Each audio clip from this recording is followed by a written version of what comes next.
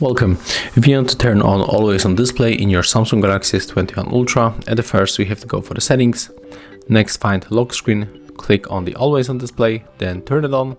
And as you can see, we can set 3 options: tap and show for 10 seconds, show always, and show as schedule. I would go for this option. And here we got also a lot of customized things, so feel free to set up your favorite theme.